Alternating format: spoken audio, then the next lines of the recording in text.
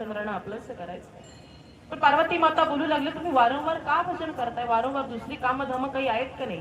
जसं आजकालच्या भजनकर मंडळांना त्यांच्या पार्वती माता बोलतात ना, दिवस रात्र जाता भजनाला राहता, घरी उशिरा उशिरा येतात, तिकडच रान तिकडच खा.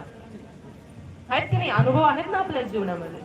आजकालचे जिजाबाई जरा जास्तच कडक आहे, दार तर उघडतच नाही रात्रीचा उशीर झाला, झोपून राहतात. अशाच पार्वती माता महादेवांना बोलू लागल्या. आता महादेवांना बोलण्यासाठी खऱ्या अर्थाने पार्वती माता म्हणाल्या, काहीतरी उद्योगधंदा करा, काहीतरी काम करा. भगवान श्रीकृष्णांचं चातुर्य मी ते तुम्हाला सांगते. काहीतरी काम करा असं सांगितल्याबरोबर खऱ्या अर्थाने पार्वती मातेला प्रत्युत्तर करून महादेवराय बोलू लागले की, पार्वती अगं काय करू मी?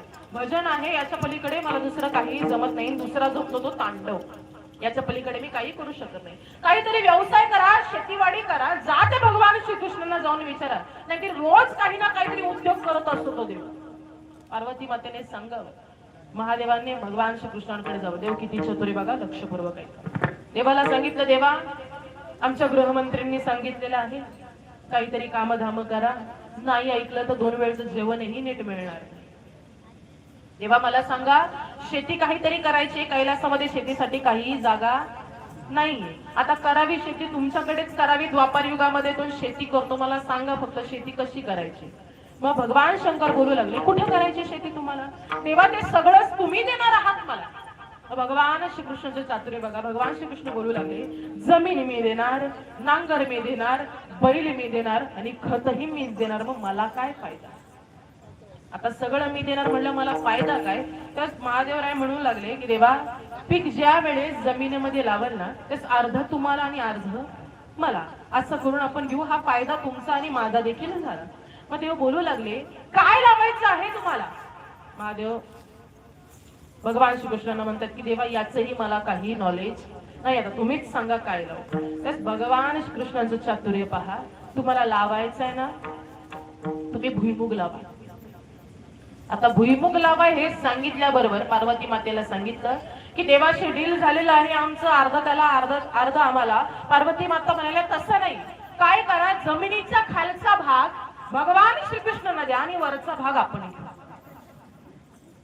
भगवान श्रीकृष्णांना सांगितलं. देव म्हणले, भगवान श्रीकृष्णांनी ऐकलं. आता चतुराई त्यांची इतकी होती, भुईमुगच लावा, खालचा भाग मला आणि वरचा भाग तुम्हाला.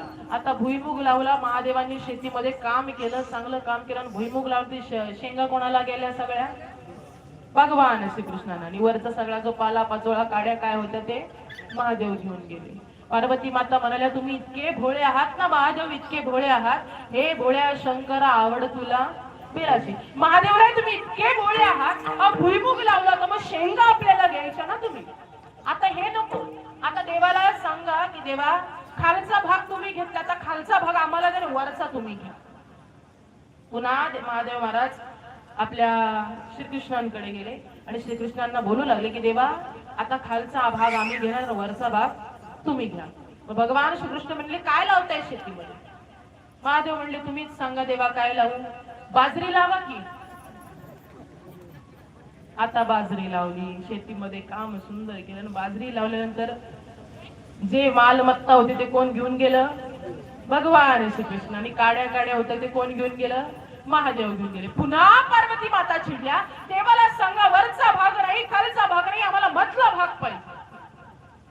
पुन्हा महादेव महाराज आपले भगवान श्रीकृष्णांकडे गेले, देवाला बोलावले, देवा खालचाही भाग नको, वरचाही भाग नको, मधला भाग मला द्या तुम्ही फक्त. पण देव किती चतुर आहे पहा. देव चतुर आहे. देवाच्या चतुराईच्या गोष्टी इतक्या आहेत ना. त्यावेळेस भगवान श्रीकृष्णांनी महादेवांनी प्रत्युत्तर करावं आणि सांगावं की, देवा आता काय लावताय तुम्ही सांगा. महादेव म्हणाले, देवा मला नाही जमणार, तुम्हीच सांगा काय लावू.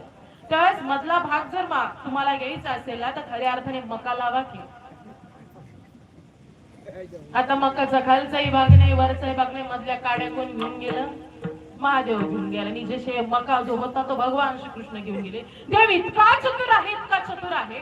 देवाने देवालाही गंडवायचं सोडलं नाही. तो चतुरात शिरोमणी गुण लावण्याची छाणी.